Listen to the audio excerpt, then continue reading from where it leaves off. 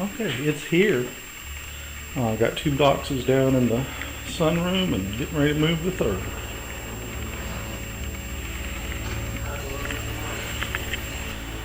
Okay, I think we're going to essay what I presume is the tripod and maybe the counterweight box first. Okay, we seem to be double boxed on the tripod, which is what I assume it is. Get the invoice out, that over there, and let me get my knife out and dig into the first out is undoubtedly the counterweight. And I thought that it was a little bit too heavy. The box was a little bit too heavy to have just the tripod. Inside and decently padded is a big 17-pound CGEM counterweight.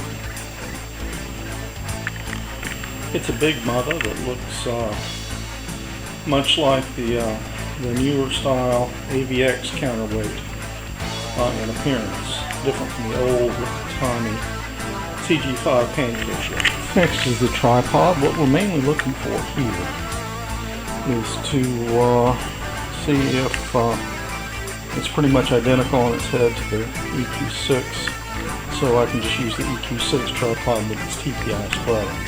This far, everything looks a little better shaped than the AVX was when I got it, as far as packaging. Okay, the tripods are almost identical, except for the fact that, let's see, the peg on the CGEM tripod is a little taller. Thinking what I may do initially is use the CGEM tripod and see if I can transfer the TPI spreader bars over to it. If not, we'll back up and transfer the spreader bar. Is identical to what's come on every center Celestron tripod I've got. Now for the big deal, the big mojo amount. Double boxed with the instruction manual on the top. Big surprise, I guess, the disc that's in the manual, in with the manual, is the good old Next remote disc. I'll be dogged. I thought that was a thing of the past. And here is the heart of it. Looks like the mount, HC, hand control holder, and declination shaft holder, and a declination shaft. And the hand control, as you can see, is the good old standard Next Star hand control. I'm pretty happy about that. I've never gotten quite as friendly with the Plus. Okay, got the hand controller holder on the leg of the tripod. Unlike the one that comes with came with my VX, this one fits nice and tight. Also removed the this to me would be the azimuth adjustment bolts from the box. Declination end cap, or whatever you want to call it. And a bag with the standard 2 long Celestron 12-volt cord and short computer control cable. As you can see, the sunroom is full of wonderful telescope packing debris. Like I said, the manuals, Next remote disc, hand control, cables, knobs, and deck shaft. Declination counterweight shaft, no different from that on the VX, looks to me like. Is a little longer than the CG5 maybe. Nice azimuth adjustment knob, certainly nicer than what's on the freaking Atlas. Okay, the mount is on the tripod, and naturally I was a little paranoid about the center bolt, given the problem I had with a stuck one on the VX, the first VX I got, but no problem, went on just fine. What do we know? The altitude knob is much nicer than on the Atlas.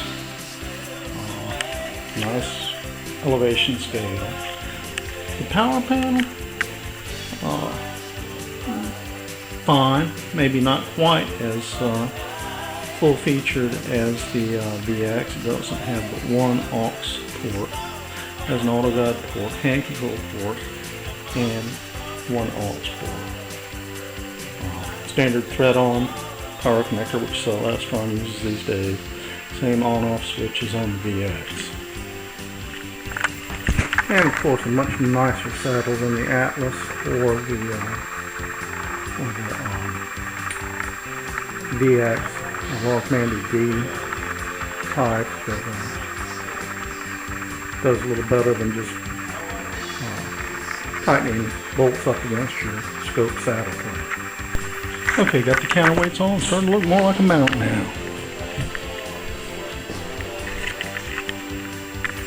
Okay, one last item.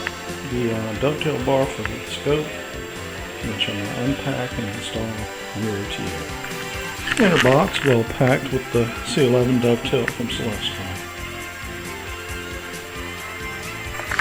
And the bar itself, like I assumed it would be, is that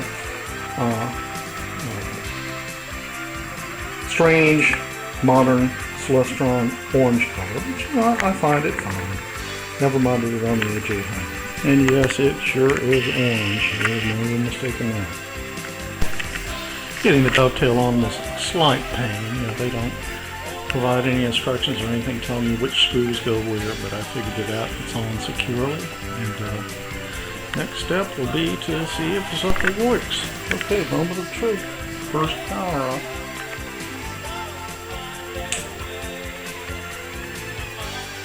And looks like okay, first go to it seemed to align perfectly well. Let's go to M31.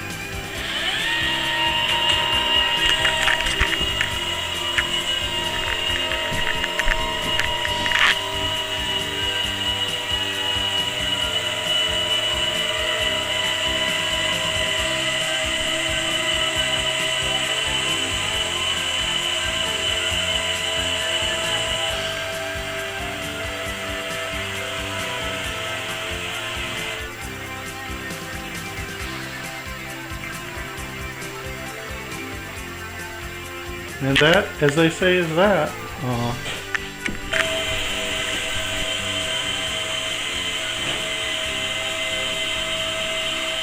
Certainly has the typical Celestron servo sound, but sounds good to me, and is pointing in the proper directions for everything I've asked for, so I think we're going to give it a conditional bill of health. The conditions are not going to be perfect tonight, but and what happens anytime you make a major new astronomical purchase? Why, clouds, of course, and plenty of them.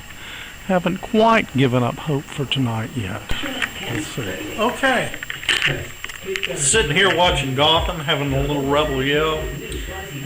It clouded over, but I managed to get, about 25 targets, 25 targets with the C11 and the CGEM despite that. Perfect.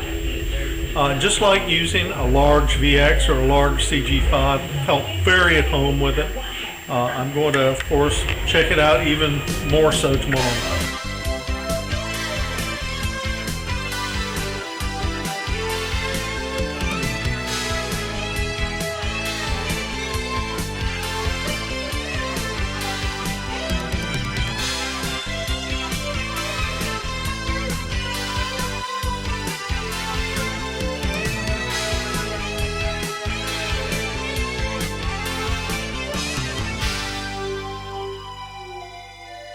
As the sun slips down and the night grows near, with the stars appearing one by one, the rest of the sky was rosy glow. Now the night begins, now the day is done. We share the skies on this country night, we'll escape the city glow. We'll be mystified by celestial sights and encounter worlds unknown. And as the orange sunset and through the purple of the night, in the soul